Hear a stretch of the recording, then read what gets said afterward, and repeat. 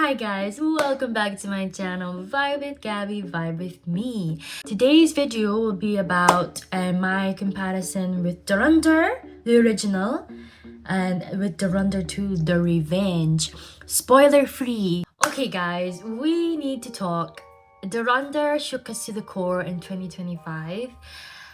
But Dunder the Revenge just rewrote the entire history of Indian cinema. It's bigger, it's louder, and it's officially crossed 1,000 crores. That's crazy. But is it actually better? Or are we just caught up in the hype? Today I'm breaking down the aura, the hidden details, and why Rakesh Bedi just became the scariest man in Bollywood. No spoilers, just pure fire. Grab your snacks and let's vibe with Gabby. So, I just walked out the 4-hour epic, yes, 229 minutes. That is Dunder 2, The Revenge. My jaw is still on the theatre floor, guys. I am speechless and at loss for words from it still. 800 crores in 5 days? We aren't just watching a movie, guys. We're witnessing a cultural reset for sure. But here's the tea. Word on the street is that nearly 40% of the most brutal R-rated action was actually cut to save the censors. Think about that. Even with 40% gone, it's still the most violent thing I've ever seen in years. You know, it makes you wonder what the director's cut looks like. So let's talk pacing, guys. In Dhurandhar Part 1, the storytelling was completely straightforward, mostly direct scenes with just one montage where Hamza and Uzair take down Babu Daket's men one by one.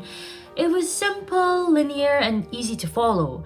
It was a spy thriller you could feel under your fingernails, you know, itchy, nervous, and claustrophobic. You felt every second of that tension. Now, jump to 2026, Part 2. Aditya Diyar turn the volume up, guys, to 11. We're talking a near 4-hour runtime. While the first one was about hiding, the second is about hunting. It's significantly more emotional, focusing on Jaskirat's internal sacrifice. And there's this peak detailing obsession in the sequel, where every frame feels like a crime scene. But suddenly, in Part 2, it's a problem for some because there are multiple montages. Like the unknown gunmen wiping out people one by one, or Hamza's rise from Layari Ka King to Sherry Balok to Karachi Ka Badshah. Apparently that's too much for some to process. Let's be real, Part 2 had a massive mountain to climb. We were talking Jaskrit's deep origin story, SP Chaudhry Aslam finally sniffing out the truth, the emotional weight of Alam Bey's exit, and that heavy moment where Yelena really sees Hamza for who he really is. There was just so much more ground to cover this time round, and way more story to digest here. People also forget that Part 1 was basically just a gritty crime drama about gangs. It is also in Part 2 that the franchise actually evolves into a full-blown spy thriller. It's a huge shift in style that some people might not get yet, but if you're paying attention, you'll see why the sequel needed that extra depth. Both movies are incredible in my opinion, but Part 2 is definitely for the fans who want to dive deeper into the lore. You know, in Part 1, we have Rayman Duquette was a force of nature, you know. Ashke Khanna played him with this quiet, terrifying stability. He didn't have to scream to make you sweat. But Part 2, it goes for the powerhouse approach. First, Arjun Rampal as Major Iqbal. He's a meticulous, cold, and honestly chiseled out of stone for sure. He brings this elite tactical threat that feels unbeatable, you know, angel of death. And then Sanjay Dutt as SP Chaudhry Aslam. Guys, the aura is off the charts with him. He's that classic hard-hitting Baba-style cop. He's the bridge between the law and the underworld, and when he walks into a room, the background music literally bows down to him. You know, it's pure cinematic presence. But what makes these movies truly bone-chilling is how they mirror the real world. You know, the Layari arcs in both films are heavily inspired by real people, and you have characters like Uzair Balok, the powerful leader with deep political ties, and Rayman Duquette, the notorious central figure of the Karachi gang wars. We even seen the echoes of the brutal feud with Arshad Papo, whose real-life rivalry fueled years of violence. That football scene though, if you know, you know. If you know, you know. It's genuinely hard to watch. And for the finance nerds, the money laundering subplots feel like a direct nod to the high-profile networks of Javed Kanani. Seeing these real-life figures translated into the cinema adds a layer of that true crime that most spy movies miss. You know, it makes the stakes feel dangerously close to home. And then there's the MVP shocker, Rakesh Bedi as Jamil Jamali. Your buttocks are really white. We used to see him in comedy, but here he's a calculating Shakuni style mastermind, y'all.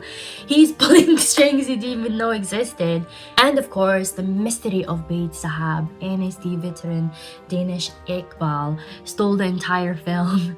Even though his character is physically fragile, the authority he commands is bone-chilling. If the cat was chaos, this new lineup is pure cold calculation. So I have to mention briefly the Unknown Men subplot. Without giving away the spoilers, there is a haunting link here to the real-life events of the 2024 and 2025. We've all seen the headlines about unidentified gunmen neutralizing targets abroad, and the movie takes those headlines and gives them a face, or rather a shadow. It links back to the real-world terrorists and people who have mysteriously disappeared from the board in real life. It's handled with such a spoiler-free mystery that you're constantly guessing who is actually behind the trigger. It's a chilling what-if scenario that grounds the movie in the current global climate. We have to pause and respect the craft here. To play Beit Sahab, Danish Iqbal reportedly spent 9 to 10 hours in the makeup chair every single day. Think about that. You start your day at midnight just to be ready to film at noon. He survived on just liquids to maintain that exhausted, dying man energy. And he isn't just a villain, he's a haunting presence. While Ranveer is doing high-octane stunts and jumping off buildings, beast mode on, Danish Iqbal is winning the movie just by breathing through prosthetics. That is the kind of dedication that makes Dhurandhar a masterpiece, and its art plain and simple. Part 1 was a Saragama vibe. It gave us Nalde Paradesi Nu, Nalde de Paradesi Nu, that perfect soulful Punjabi industrial mix that everyone used for those spycore reels. It felt personal, raw, and underground. Diwan Sheri Balok entry song, Akashi's Kana's improv dancing as well was very iconic. Goosh, goosh, You all know. And we had Ish Jalakar, Gera Hua, Shararat, and my favorite Bob move, yeah, Ishq Ishq and Nal Nachana, iconic. And Little Gaya, Ramba Ho Ho Ho, Ranveer Singh, iconic hair flip, and the Run Down the City Monica segment, so iconic too. For the sequel, with D2, the rights moved to T-Series, and the sound changed. It's stadium music now, grand, operatic and loud. Shashwat Shadev is still the GOAT, of course, but he shifted the mood to match the 1,000 crore scale. The title track, Ari Ariya, is an adrenaline shot with DD, Ranveer Singh's entry song, Sheri Balok.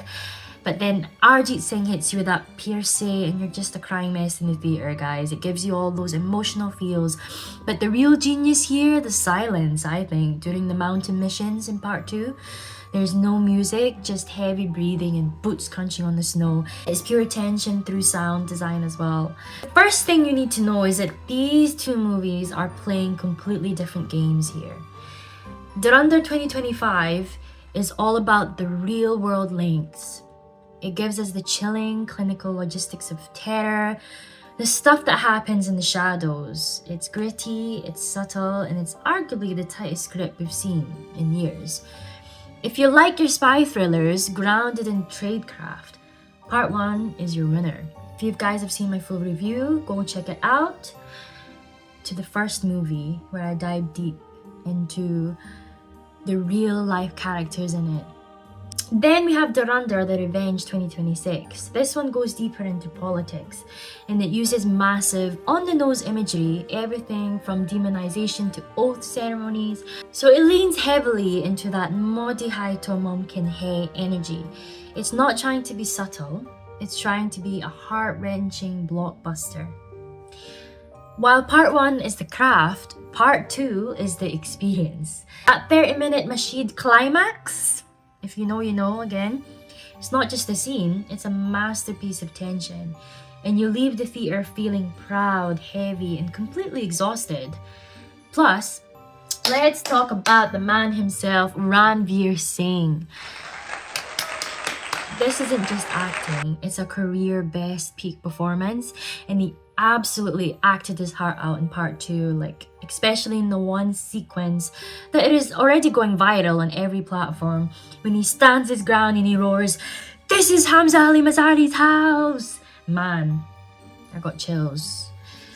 The way his voice breaks and the rage, the identity crisis, it was peak. He isn't just playing a spy, he's playing a man who has lost himself to the mission. And if part 1 was about Jaskirat becoming Hamza, part 2 is about the ghost of Hamza haunting Jaskirat.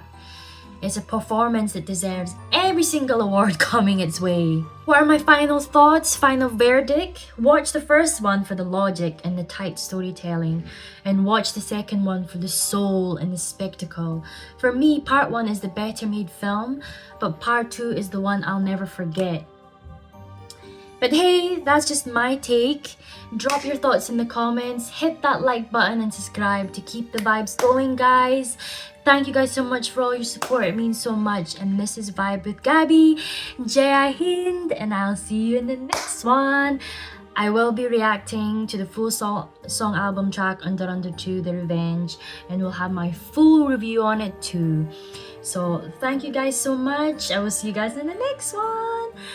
Bye bye.